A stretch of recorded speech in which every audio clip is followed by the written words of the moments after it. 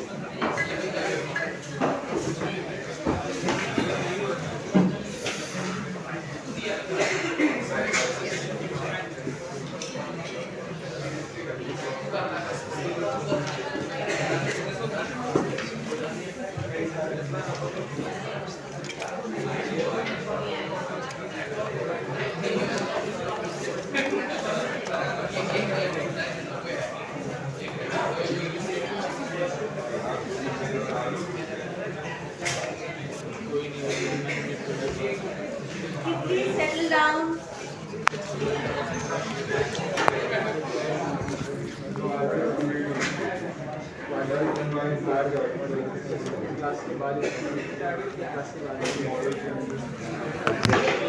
Guys,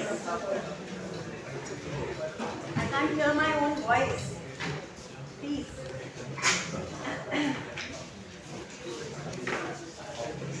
So we are moving to a new short text today. It was shared with you on Moodle. How many of you have read it? One person?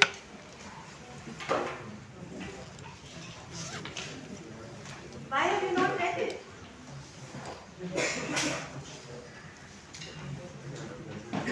Was there something not clear about the instructions?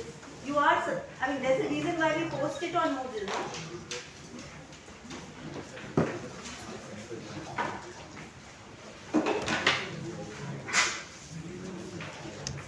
No, I do need, I need someone to clarify this for me. Why is it that the entire class, nobody felt that they had to read it? Or did you know you have to read it, but you didn't anyway?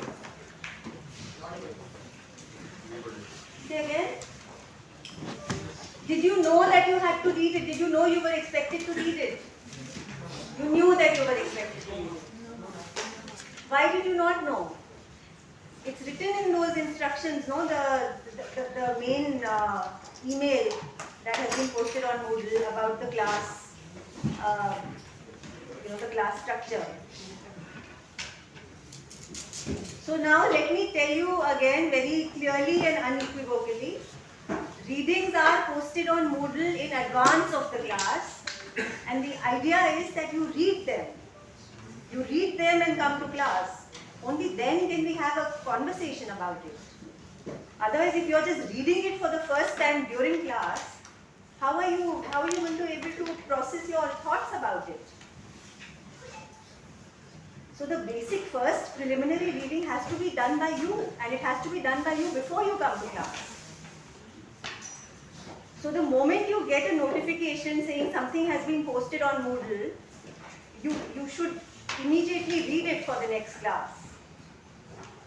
Alright, and for this we gave you a lot of time. This was posted a week ago, as far as I remember. So you had quite a lot of time to read it.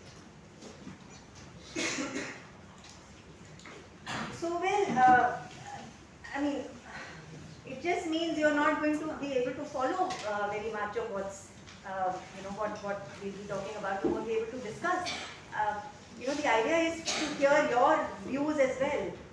So it's a pity, but please, from now on, we have a class tomorrow now. So I want all of you to have come having read the text. In addition to this, there's also a poem, a short poem that's been posted on Moodle, also by the same author. You remember the name of the author? Eunice D'Souza. Yes? So that's the author we are going to be discussing this week. We are reading a short story by her. But I also, because it was sort of related and I thought it would make an interesting kind of comparison, there is also a poem by her which has been posted on Moodle. is called autobiographical. Okay, so read that as well. Read both these texts and don't come to class if you haven't read them. Okay? So now, Eunice D'Souza. What is the name of the second text? The second text is called autobiographical. Okay, autobiography. And the first one is the one we are doing today, Rina of Queen's Diamonds. Yes? So, Eunice D'Souza, probably not a familiar name, am I right? So she's, yes, not kind of, not wildly famous, but located in Bombay all through her career. And her work is kind of very, very deeply, very intimately tied to the experience of living in Bombay. So she's more or less, she's contemporary. She died very recently in 2017. And this particular story is actually, it's not really a story. And if you had read it, you would have, been able to discuss why. So it's kind of, it's in this collection of short stories, but it was kind of then eventually developed into a short novel by the author. And the name of that novel, or novella really, it's a very short one, is called Danger Lok. Because in the story also there is a reference to all the danger log around, the dangerous people who walk the streets of the city and whom you always have to kind of protect yourself from. Right? So that's the larger work. From so this is not. It was started as a shorter piece, which is the one we will be reading, but it was then later developed by the author herself into a longer work. Now we say this is a short story, but as quite quickly when you start reading it, you realize that it's not. A short story by definition is quite tight in structure.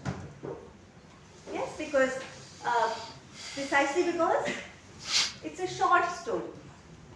It's not like a novel. A novel has a lot of space.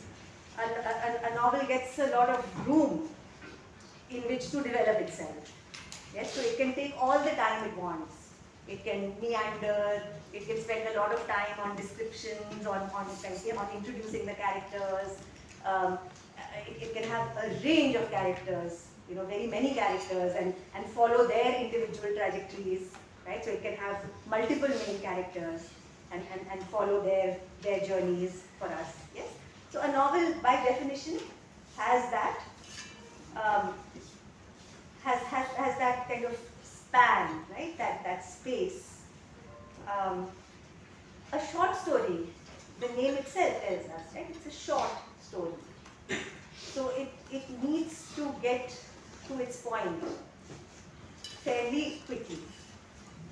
And if there is something quite specific that it would like to say, and it doesn't have too much time or space to say it.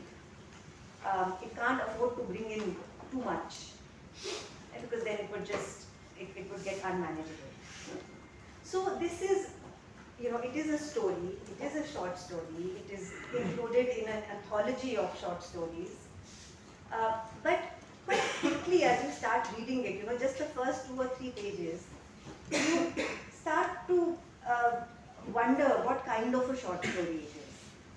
Because if we are looking for a nice kind of plot, with a beginning, middle, and end, that doesn't seem to be there. The narrative itself, the story itself, is made up of a number of different narrative fragments, if you like. There's a fragmented quality about it. So partly it's letters. So the opening is a letter.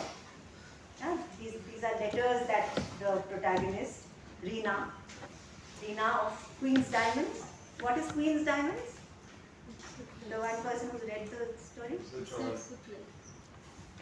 It's a chawl that has now been redeveloped into an apartment block. Yes, so that's where she lives. Reena of Queen's Diamonds. So it's a story that seems to have this character's experiences, but those experiences are not particularly memorable or important ones. I mean, one would think that if you're writing a short story, you would choose something particularly significant in that character's life to write about. But here, there's nothing, no one episode that is described. Certainly not any episode of great significance that is described.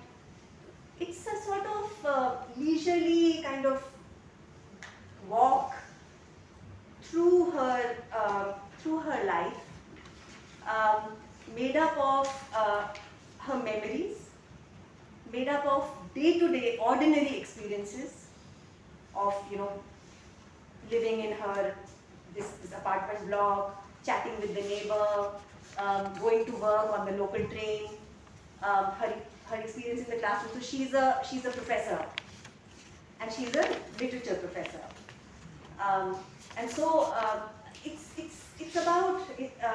about her intimate sort of dealing with her pet parrots. So she's a quirky sort of person who who has a pair of parrots, and nothing seems to kind of build up into some grand finale. Right? So in that sense, it's a strange sort of story. Right? It's a story without a very clear plot line or development or definition. But it's sort of kind of mimics ordinary daily life, right? Ordinary daily city life. So the structure of this story matches what it's like to live, to live an ordinary day in a regular city. Right? So nothing out of the ordinary happens. Nothing sort of climactic happens, but it's the little details, the little routines of the day that comprise this particular story. Now, as we read on, we also realize that the character herself, Reena, is a very highly intelligent, very witty, quite ironic. Right? She has quite a biting sense of irony, and so her life, her exterior life might be very kind of boring even. She goes to work on the local train, she comes back from work, she spends the evening at home with her pet parrots. So her life might be very boring in that sense, but her inner life, the life of her mind, is extremely lively. Right? There are lots of sort of thoughts not just about her own life, but also about the city she lives in, the country she lives in, the kind of society we live in, what is wrong with it. She tries to change things in her own small way, while knowing fully well that she can't really attain any great changes. So we come away with a very with a close-up view of this ordinary, unremarkable person who yet has a really remarkable mind, a fine mind, yes, and a wealth of experiences, right? the interactions she has. So the sort of backbone of this story comes from her conversations. Her conversations with people across social classes. Yeah, so she herself is obviously an middle class, educated, highly educated, independent woman. But the interactions she has are with people on the streets, uh, people of all classes, street urchins. At her college, it's with her colleagues, it's with her students, right? There's a spectrum of the kinds of people she interacts with. And very interestingly, all of those interactions are meaningful. They give her something meaningful. So you can really see her as someone who develops and grows as an outcome of her interactions with her space.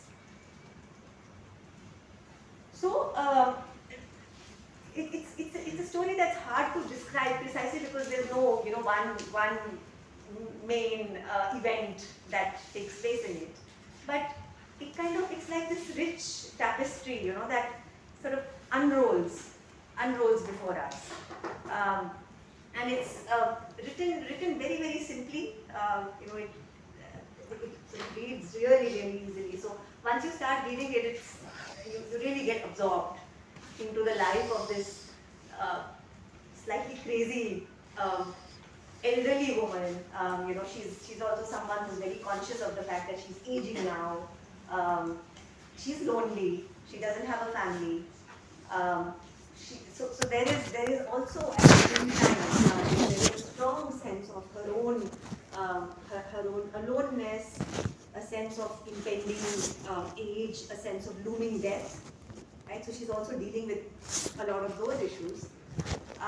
But you will see that it's a very different way of thinking about loneliness from what we saw with our friend John in the Golden Age. Right? In John's case, it was this loneliness was something that he needed to get out of. Yes, there was this strong urge to put an end to it, to take some action, to take appropriate action, and get out of it. And his friend, encourages him to do exactly that. This is it's a different kind of person. This is also a person at a different stage in life. Right? So this is an older person who we see is someone who has come to terms with her aloneness and has and finds contentment in it, finds peace in it. So it's it's also important as a this is not a demographic we see very often or hear from very often. Who wants to read about a middle-aged, aging, single woman? We know that women typically find themselves worthy of being looked at only if they are A, young, B, if they happen to be married to someone important, or are mothers. Right? So their role as wives and mothers tends to take over, tends to be seen as far more important than they themselves. So this is a little it's a little gem really, because it is taking us to get to know and look closely at a person who is not traditionally seen to be someone who has anything interesting to offer. Right? By this age, 50s, 60s, you're kind of written off, especially if you're single. Especially if you don't have anything to justify your existence with, if you don't have children who will in a way make your own life worthwhile. So So how do you find meaning and worth in your life as a single aging woman living in a city like Bombay? So that's why I wanted to include this story, because it gives us it takes us to a life, to a world that we never really believe will have any worth, any interest. D'Souza is primarily a poet. So she is, Rina, the character, is actually very, very similar to Eunice D'Souza herself. Yeah, there are a lot of similarities. So like Rina, Eunice D'Souza was also a college professor. She taught at St. Xavier's in Bombay. She was a poet, mainly a poet. She's written a number of volumes of poetry. But later in her life, she also started, writing. She tried her hand at novels. But they are not really seen as the major part of her writing. Right? It's as a poet that she is best known, and that also seems to make sense when we look at this story, because there is a poetic quality about this story also. Yes, in the fragmented nature of it. Right? It's sort of a number of scenes that have been put together, and the thread connecting these scenes is this woman's consciousness. Right? Is this person's mind? Whether it's her experiences, whether it's her past, her thoughts of the future, right? All of those connect these episodes, these vignettes together. So you find, if you look at it, you find periodically there are those little breaks, the little star after each section. So these are all sections that are that don't really have anything to do with each other, right? They are all separate sections. It's sort of like imagistically, different aspects of the city, different aspects of your life coming towards you.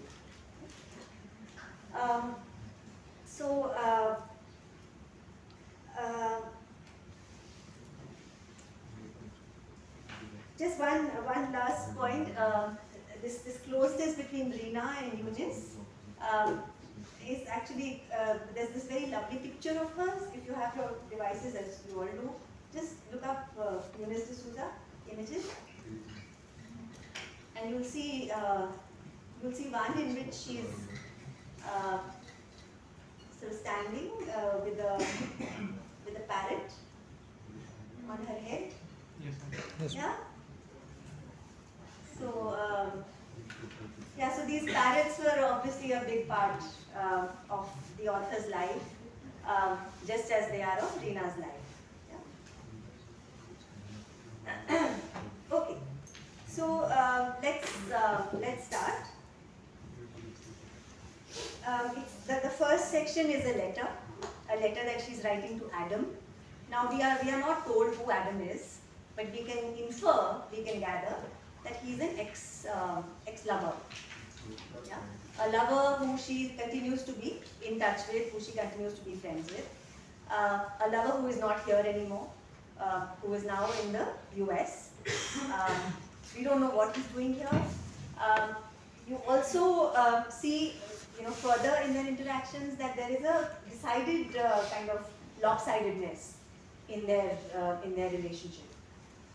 In the sense that Rina seems to need him, seems to need his company, need his letters more than he seems to need her.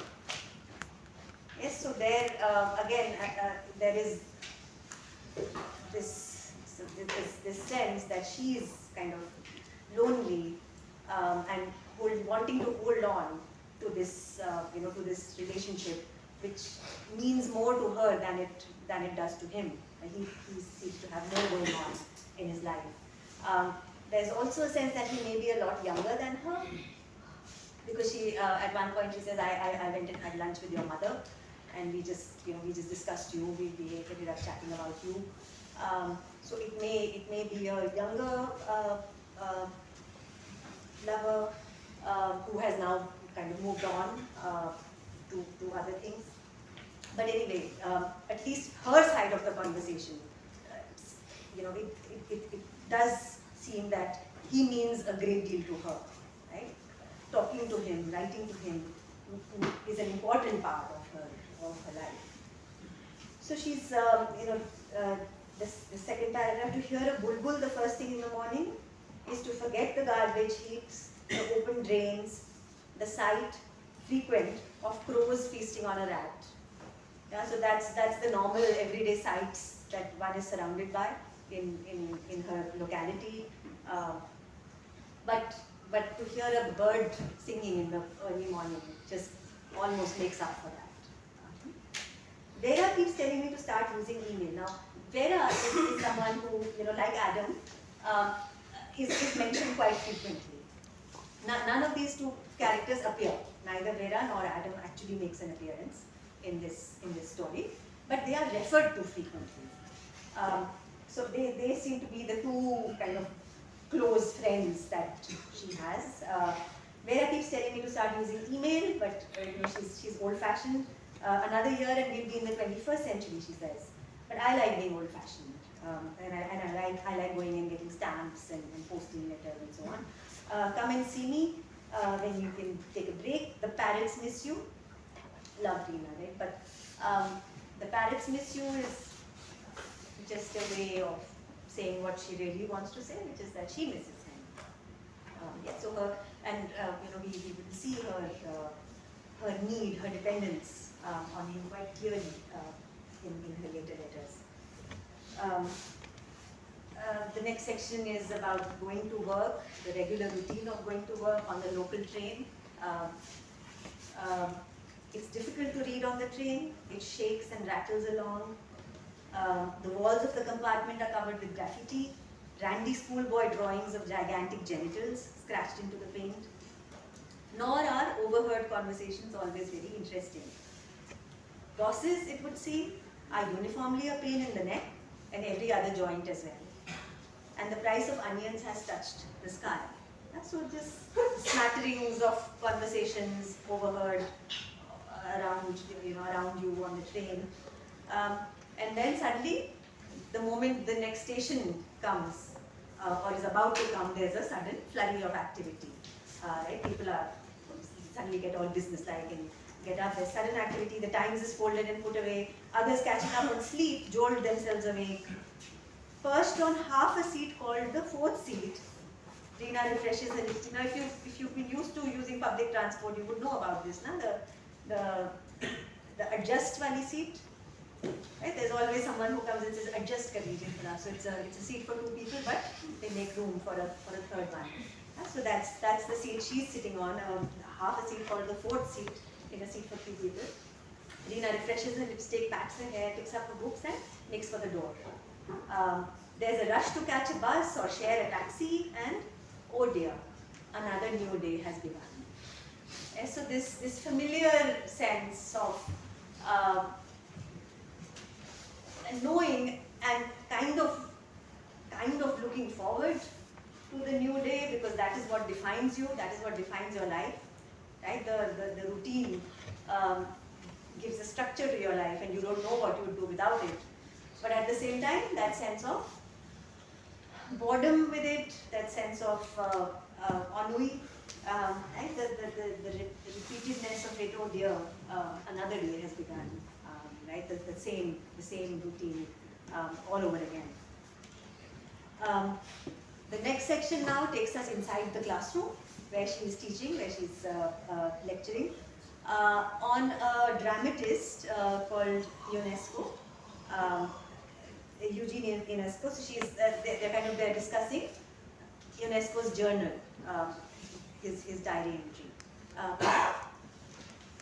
So in the overheard conversations, that they're a pain in the Pain in the pain neck. in the neck and every other joint as well. So what is meant by like every other joint as well? Oh, usually you say, na, so and so is a pain in the neck. So here it's just an exaggeration of that. Bosses are, yeah, they're a pain in the neck as well as every other, aspect. So this is overheard conversations, right? Most people seem to be complaining about their bosses. So yeah.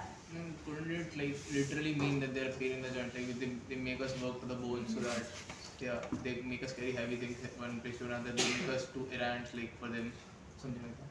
I could be, but generally when we say someone is a pain in the neck, it's a familiar expression, no? You say that, na? It's okay.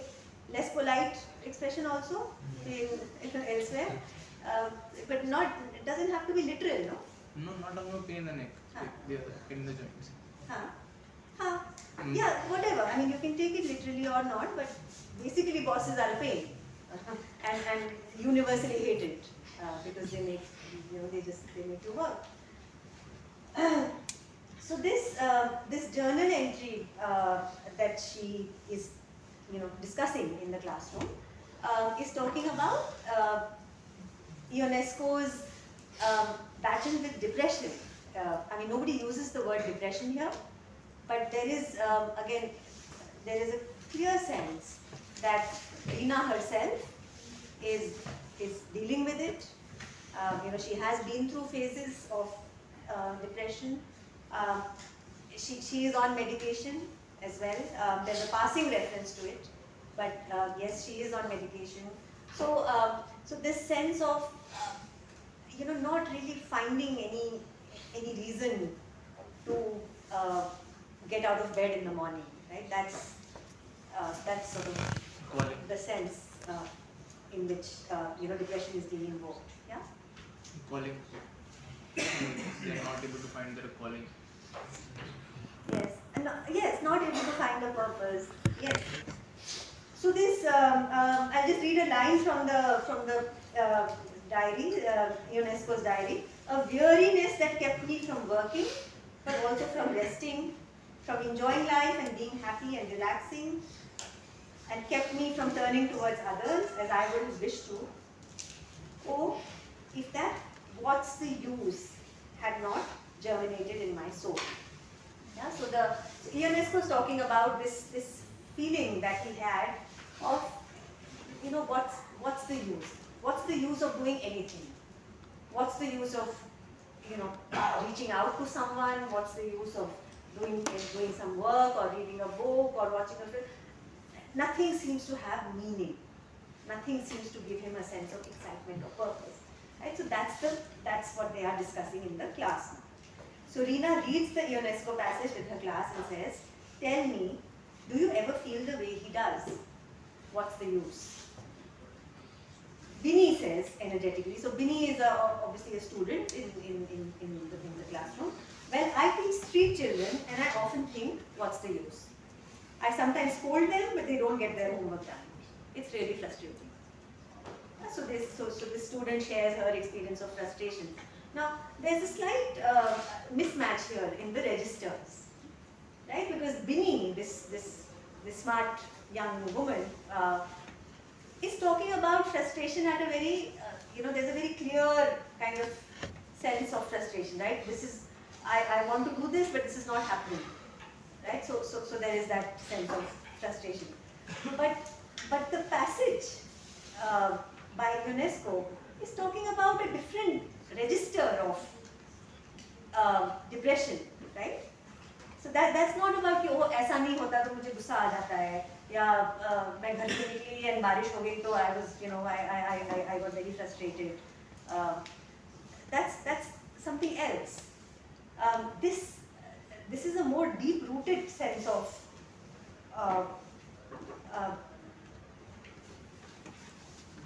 ennui, really. That I can't think of boredom, frustration, right? Then nothing gives you joy. Nothing gives you joy. This word, it's a French word, but it has been incorporated into English. But basically, a sense of, there's nothing seems worth it.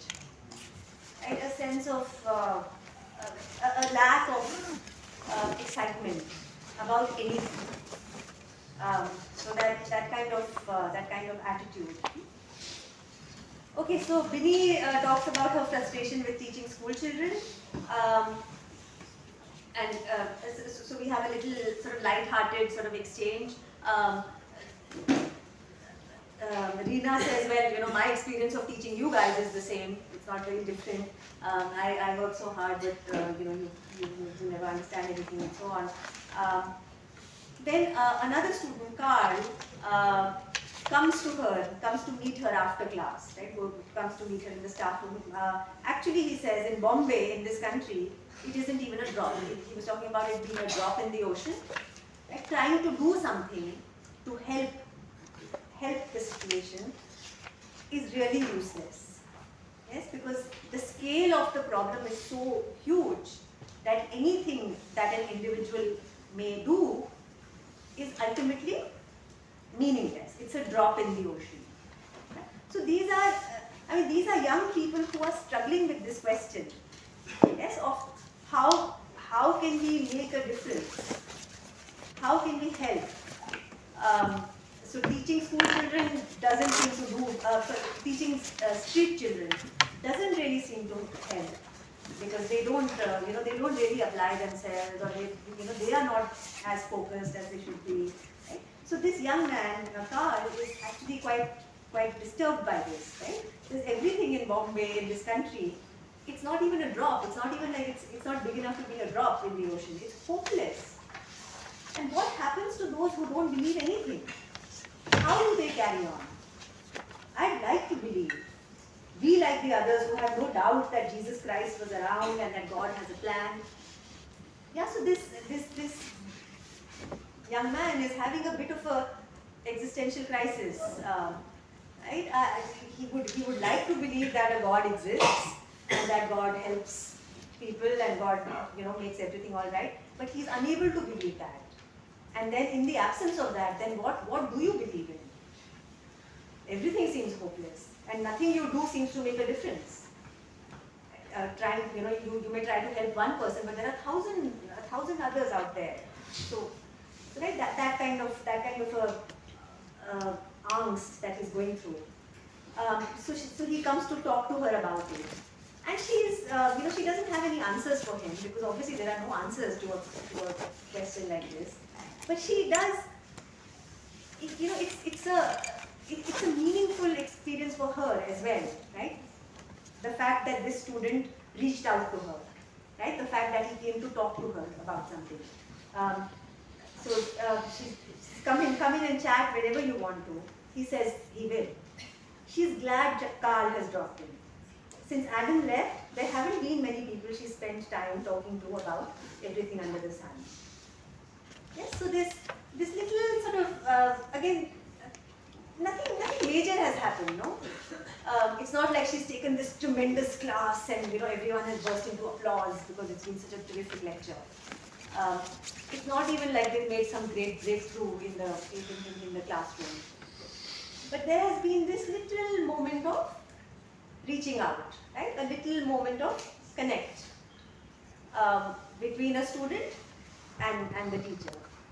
And it makes her glad. Yes, it gives her something. It has added a little something to her life. We also know that she is lonely, right? Fundamentally, she is someone who is alone, and so these little small interactions also mean quite a bit to her. Yeah. Can you so over here, does Carl come inside her office, or he says that all this thing that doesn't believe in God? Then she says, there are a lot of people who wonder about that Carl. Then she says so he was trying to say something. Then she says, come in and chat whenever you want. So did he leave or did he enter the office after this point? No, he's left. He's also trying to find something to say. She kind of rejected him. No. He's trying to articulate his thoughts, but he's not able to. Yeah, so he tries to say something, yes, but he's not really able to say anything. Shouldn't she have helped like shouldn't she have helped him like articulate? Yeah, but the thing is that there is no solution, no? I mean, what he's saying is actually right. It is, the world is far too complex and difficult a place to have any easy solutions about it. But what has happened is that he has reached out, right? And she has responded to that And reaching the out. next time will not come because he did not get any answer. Like, and so it's obvious that the problem was not solved. Right. So see here, I think a lot of you are sort of trained, no? The kind of education that you have, the kind of background that you have as engineers, you are trained to solve problems. Yes, कि ये एक problem है, इसको हम solve कैसे करें, right? And success by this, in this definition is being able to solve that problem, right? Or finding out how to solve that problem. That's your sense of success or achievement. But there are things that don't have easy solutions, and therefore there is no easy answer for them. And the education there is to actually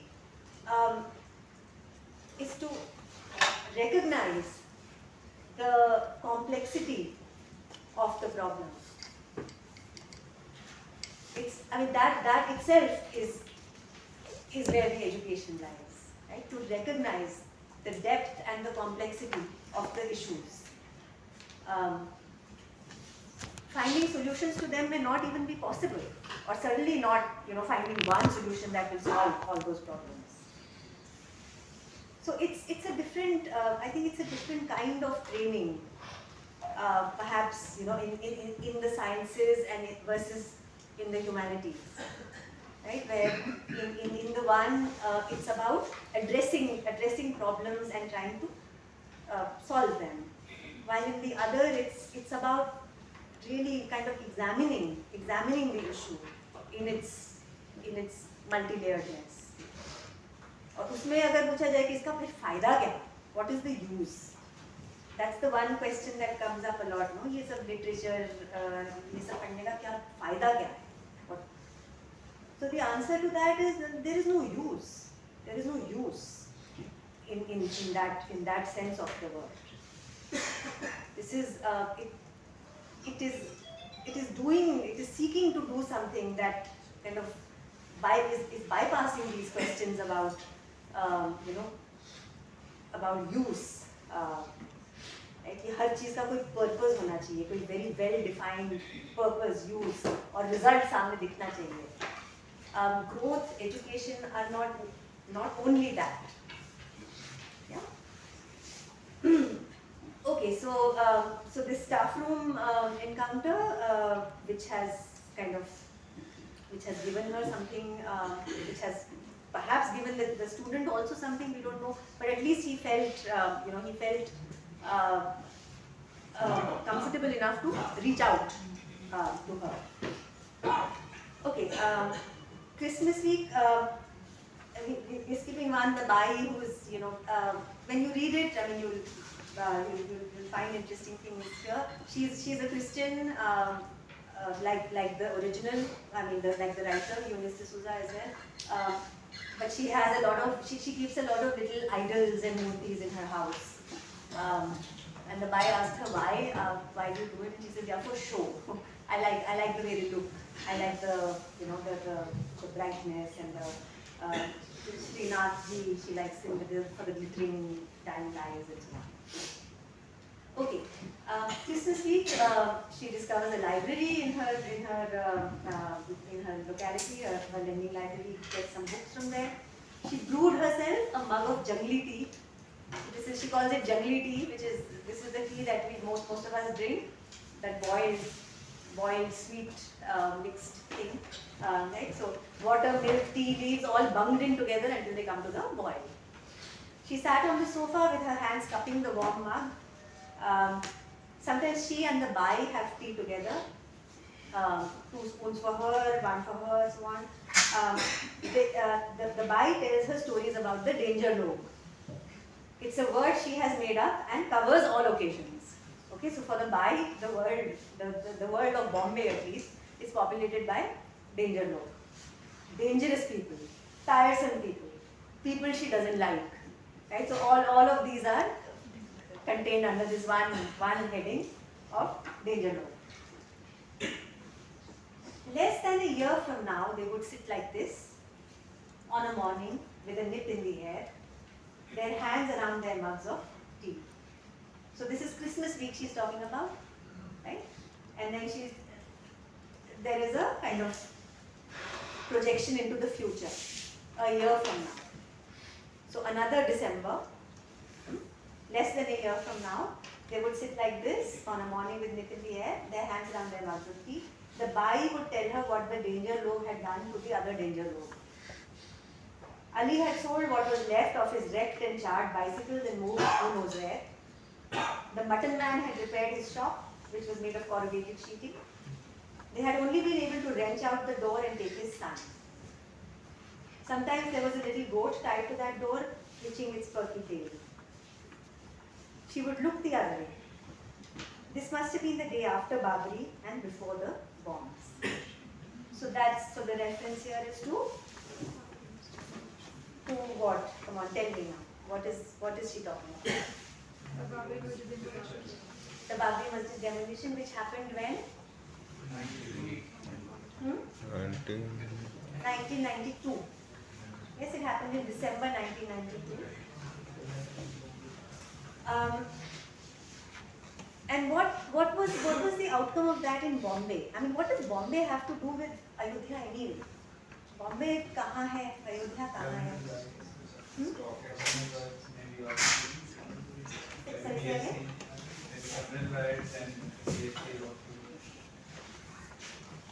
So yes, for reasons that are not entirely clear, communal riots broke out. They broke out all over the country, but very majorly in Bombay after the demolition of the Babri Masjid. And in these riots, Muslims were targeted. Yes, and there are lots of reports of how that was done. In a very systematic way. The party in power at that time was the Shiv Sena. Yes, that's the sort of right-wing organization. Yes, so there was so a lot of apartments were entered. The rioters apparently had a list of which flats have Muslim residents in this building, and they went to those specific apartments, and then of course the next big shock was the bomb blasts. Yes, the bomb blasts in April, which was sort of seen as the retaliation. This was by the underworld. Right? It was organized on this massive scale by the dreaded Bombay underworld. Right? So 92, 93 was a very a rough, shocking time in the life of the city. So this is a reference to she is now thinking, she's projecting ahead now to a year from now, December again. But this this would have taken place. This event would have taken place. Like so many others, she must have stayed at home, uneasy. The day after Babri, she had a seminar in college, which finished around 3. She walked out to the main road to find it cordoned off. Why is the road cordoned off? She asked indifferently. Another VIP, she thought. Right? So this is when you're in the midst of a situation versus later when you have fuller knowledge about it. Right? So immediately you don't even fully comprehend what's happening. Right? You're in the midst of it. It's like being out in the streets when it starts raining, and then suddenly water starts to collect. Right? And slowly you find yourself in the middle of this massive kind of flood-like situation, right? It has happened in front of your eyes, and later you will read about it, But while it is happening, there is almost a sense of not really being aware of how bad it can be, how bad it's going to be, right? So here too. I mean, she's going about her day. She's not really sure why there are all these police barricades. What's going on. She thinks it's another VIP. But realizes soon that it's because of trouble. A friend in yes. The first letter it said that they were 1 year from the 21st century. Then how was it 1992? Where? The first letter she wrote. The first It was 1999. 1999, no? Yeah. So year forward, how would they be 1992? So this is it's going back and forth. It's going back and forth. So the time is kind of dealt with in a very interesting way here. It's sort of written during the 1990s, but it's also referring back and forth. It's going back to the past. So yes, you're right. That's well spotted. But it's using time in a very it's the logic of the mind, right? Not a strict temporal logic, right? It's about how things are coming to her mind. So she's probably writing to her boyfriend in 1999, but then she's also thinking about a time in 91 December, right, when she was sitting with her maid, chatting with her, then to 92.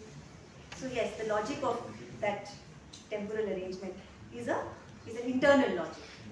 It's the logic of her memories. So she mentioned that she keeps the idols of Hindu gods in her house. Can it be related to the riots? I don't know, because she seems quite clear that she only does it for show. Just for it could be, but somehow whatever we know of her, she seems quite a gutsy sort of person, not someone who would be afraid and just do something like this out of fear. So you can see how time, the way time is organized in this story, right? I sort of wanted to talk about that. There is temporarily there's a back and forth movement, no? अभी ये हुआ, कल ये होगा, परसों वो हुआ था, right? So there is a lot of back and forth. It's not going in a linear sort of way. It's based on her kind of the way her mind is working, the way her mind is tracking connections. And I'm just going to introduce this term to you because this is something that underlies all narratives, and that's this is something we don't pay much attention to because we are reading the story. We are interested in knowing what's happening, what happens next. But it's a very important way of a very important aspect of organizing a story, and that is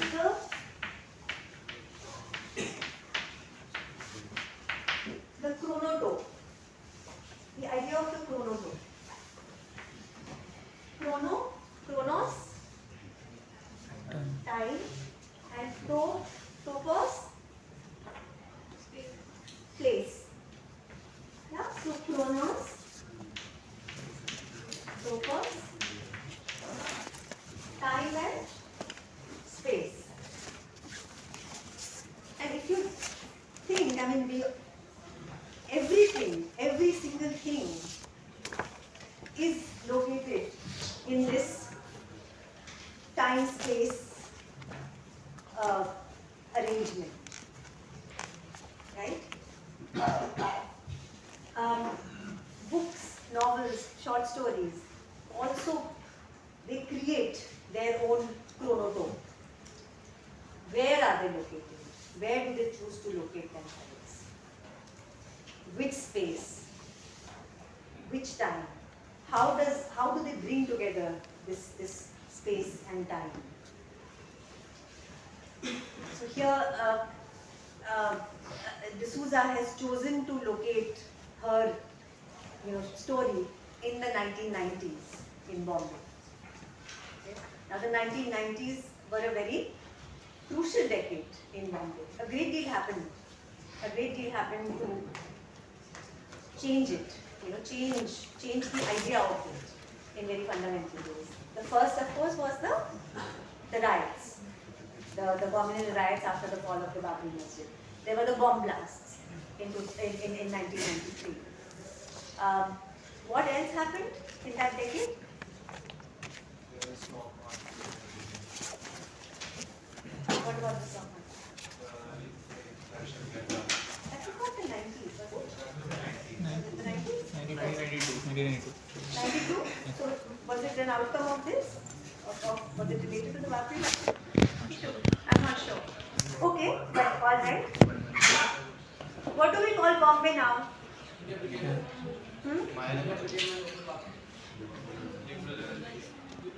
Liberalization. Yes, and that, the effect of that really cannot be overstated.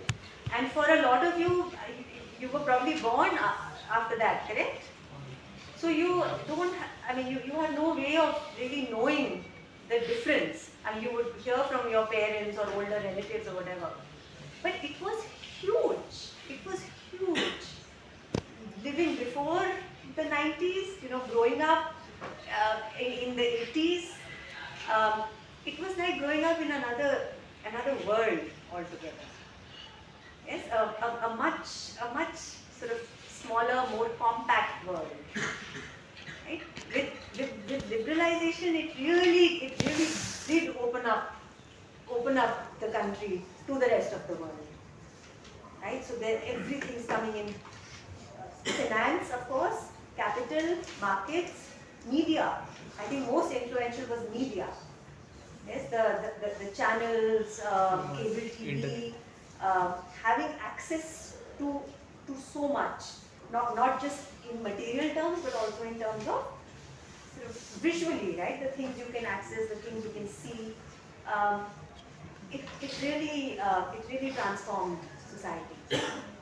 So yes, 92 was also and then of course the effect started taking place through that decade, right? All through that decade. What else? Okay, all right. What was Bombay? What is it called now? Mumbai. So when did that shift happen? Why is it called Mumbai now? Ma'am, a lot of places, like, it's still Bombay, but I don't know, maybe in Officially now? official document it's Mumbai. And the official name changed to Mumbai. The official name changed from Bombay to Mumbai in 1995. Yeah, so that was another. This was done by none other than the same Shiv Sena. Right? And we are familiar with this drive. We've seen this in lots of places, no? Name change. So especially if it's not a sort of supposedly original name.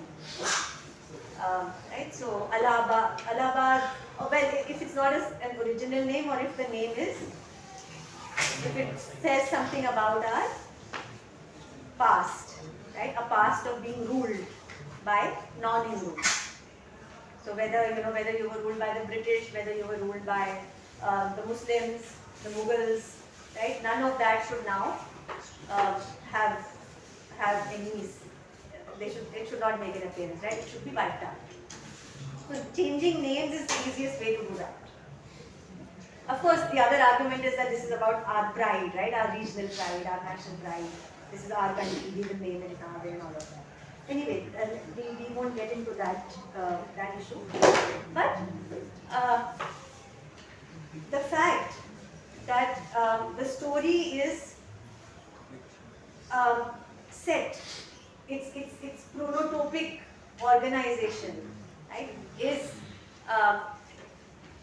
it's sort of arranged around Bombay. It is arranged around Bombay turning into Mumbai. It is arranged in a decade, at a time that was a very, very eventful time in the history of the city. Right? All of that tells us something. Right? This is we need to pay attention to this narrative choice. Right? Why is it set where it is? Why is it set in the period that it is? Yes, what is what is the author trying to say about that? So yes. Now there are the one thing that happens at any time of violence, riots is rumors. Rumors, right? They grow. They take a life of their own. Now of course there's WhatsApp, right? So forwards after forwards, all kinds of horrible things are happening. Right? You're getting 1,000 WhatsApp messages. But even before WhatsApp, rumors abounded, right? In times of crisis and difficult periods. So a friend in another part of Bombay rang her. Her in-laws, she said, had heard the Muslims were coming by sea. And the Muslims are coming to take revenge, they're coming by sea. They and other worthies would be ready for them on the terrace, rocks in hands. Okay, so they've made this plan, we'll be standing on a terrace. She did not ask the friend where the in-laws would find the rocks. Her friend did not like her in-laws. Feed them to the Muslims, she said to her friend. Okay, so she's got an easy solution for that. In college, she runs into some colleague that she doesn't like, so she has a word with him. He was a prick.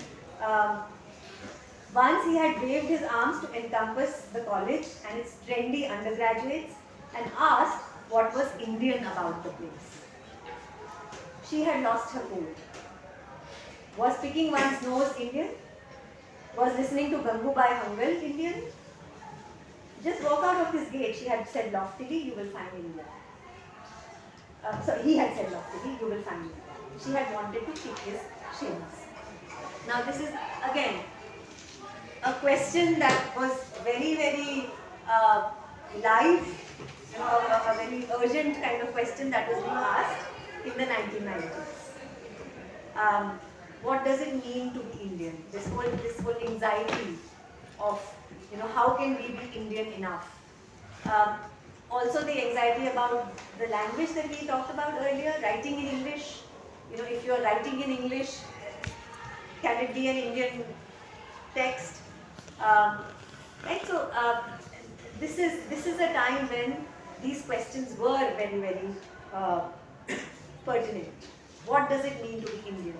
So this particular colleague of hers feels that because all the students in the college are so sort of westernized and so posh and trendy, this is disconnected from India. Yes. So he says, if you want to see the real India, you have to walk out of this college. Right? This college is like a bubble. It's like this very westernized sort of sanitized space. It's not the real India. But to her, these questions are absolutely meaningless. What do you mean? So as she says, what does it mean to be Indian? If you listen to Indian classical music, is that what makes you Indian? Listening to Western music makes you not an Indian. So this kind of debate, right, about how do you define Indianness? How can you have this very narrow sort of definition, this very narrow sense of Indianness? When she's talking to a friend, the friend says that her in-laws and other bodies would be ready to fight them. So what exactly do you mean by bodies? Were these like other respectable people? It's very ironic. When you say so, this such and such and these worthies, I think these worthy people, these respectable people. So obviously it's ironic, right? These respectable people are sitting here, with rocks and ready to pelt them at people. And so, and then of course, okay, let's just finish this passage. Please focus. We won't continue. We'll stop here. But this question about Indianness, right? What constitutes Indianness, is a very, urgent sort of issue, particularly in the 1990s. Yes, because you're exposed to this this so-called Western culture, right? That's coming in from cable TV and your clothes, your labels, your brands, jeans, all of that, right? So suddenly India has become trendy, right? But does it mean that you're not Indian anymore? Right? So this sort of debate that Reena at least has no patience with. Like what kind of a question is that? What kind of a stupid question is that? What does it even mean to be Muslim? Actually, she had thought later, she should have said, my lover is a Muslim, or one of them is. Hey, hey. Not much of a lover and not much of a Muslim, but Indian. Maybe she's delusional. Huh? Right? I mean, like, she seems clingy and like other things. She doesn't get what she wants, and like she's lonely. And the point as well. She likes to be old-fashioned, so maybe everybody left her that well. Like she's very rigid with her ideas. No, so this is the 91 or whatever, no? This is 92. So there is already a time gap, no? She's writing in 1999, but she stopped. But this is a moment in 92. Yes, so 7 years ago, when she perhaps did, she did have a lover. She in fact claims that she's had several lovers. And she's proud of the fact. She's proud of the fact that he's not Hindu. She's proud of the fact that that it's not just one. Right? There's at least one of them is, she says. So he's a Muslim, but she wants to kind of stress the fact that he's Indian. Right? His Muslimness does not make him less Indian or un-Indian. So obviously, clearly a liberal woman who is also fighting, or in a way, kind of making a claim for sexual freedom as well. Yes, so she's not somebody who wants to be kind of trapped in this little sort of bubble of chastity. Right? So she is someone who has lovers, and she's happy to proclaim that. Okay, so you're all getting very restless. We'll stop now. We finish this tomorrow. Please read it. Okay? Read it before you come to class, and also read that little poem.